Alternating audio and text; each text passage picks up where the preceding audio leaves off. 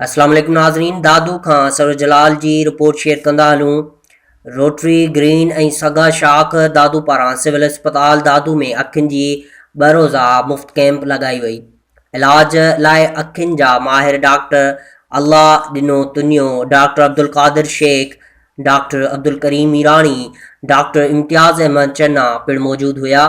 दादू जे चइनी तहलकनि मेहर केनशाह समेत जोही काछे जा माण्हू बि अखियुनि जे मुफ़्त कैंप में पहुता। ॿिए ॾींहुं टोटल OPD 745 ऐं 248 अखियुनि जा ऑपरेशन कया विया। इलाज करण लाइ फेको सर्जरी जे माहिर डॉक्टरनि कारो पाणी, मोतियो ऐं ॿियनि मुहलिक बीमारियुनि जो इलाज कयो ऐं लेंस फ्री में लॻाया विया। सही सिगा शाख दादू ऐं रोटरी ग्रीन क्लब दादू जे तरफ़ां ही गॾियल कैंप आहे 24 ऐं 25 तारीख़। इन में असां वटि आम माण्हू जे लाइ पहुच खां तमामु परे आहे, जेको लेंस आहे 30 खां 70,000 ताईं कास्ट आहे, जेको डॉक्टर ऑपरेशन कनि था पिया। उन्हनि जी माण्हुनि खां पहुच वधीक आहे, उहे नथा भरे सघनि। पोइ असां वटि पसमंदा ॿाहिरां जा आयल माण्हू जेके आहिनि ॻोठनि जा, उन्हनि खे फ्री ऑफ कास्ट ही माना हर साल सिगा ही कैंप लॻाईंदी रहंदी आहे। सिंध असां दादू न पर हर ज़िले सतह ते तालुके सतह ते असांजी हर साल कैंप लॻंदी आहे।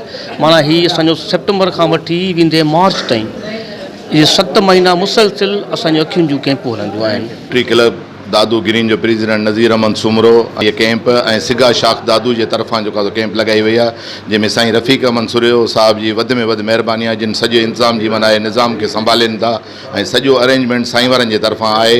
उन में असां सभु दोस्त साईं सां गॾु आहियूं। कल्ह बि 183 जी OPD थी आहे, इहो OPD 380 जी थी आहे ऐं 153 जा ऑपरेशन थिया आहिनि। फीको सर्जरी आहे। कराची जो डॉक्टर इम्तियाज़ अहमद चन्ना साहिबु ऐं उनखां पोइ बुगियो साहिबु जेको डॉक्टर आयो आहे। अॼु बि हैदराबाद मां डॉक्टर आयल आहिनि जेके हिन महिल ऑपरेशन हली रहिया आहिनि ऐं इंतिज़ामात जेके माना बहितर नमूने सां उनखे सरअंजाम ॾियूं पिया ऐं मरीज़नि जी जेतिरी ख़िदमत थी सघे थी उहा ख़िदमत कई थी वञे। इहा अल्लाह जी रज़ा जी ख़ातिर आहे ऐं सभिनी दोस्तनि जे अॻियां जेको आहे माना सॼो कमु हली रहियो आहे। सभु उनखे पंहिंजी नज़र में दोस्त रखे सघनि था। Thank U. ग़रीब जेके बेपोच माण्हू आहिनि, जेके अफोर्ड नथा करे सघनि ऑपरेशन जो ख़र्चो, इंतज़ारु कंदा आहिनि। हितां खां पोइ भान वेंदा खुदाबाद जी असांजी इनशाला अॻे महीने लॻंदी, फुलजी लॻंदी, पाट लॻंदी, माना इहो सॼी पसगिरदाई में लॻंदियूं। पर हीअ जीअं त दादू ज़िले जी पहिरीं कैंप शुरू थी आहे त इन करे जेको आहे सो माण्हुनि खे जेको आहे परे परे खां वाई पांदी खां मां ॾिठा माण्हू आया आहिनि, हेॾा मोरे खां मां ॾिठो माण्हू आया आहिनि, परे परे खां आया आहिनि। त उन्हनि माण्हुनि खे जेको बि तव्हां नफ़ो थींदो उहो फ्री ऑफ कास्ट थींदो। दवाऊं फ्री आहिनि। कंसल्टेशन जीअं साईं तव्हांखे ॿुधायो नज़ीर साहिबु त 400 जे लॻभॻि कल्ह OPD थी, अॼु 300 जी OPD थी आहे।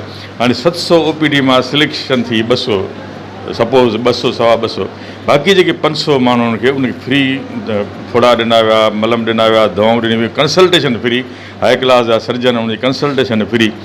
त इन मां बेनिफिट त 700 माण्हुनि खे मिलियो।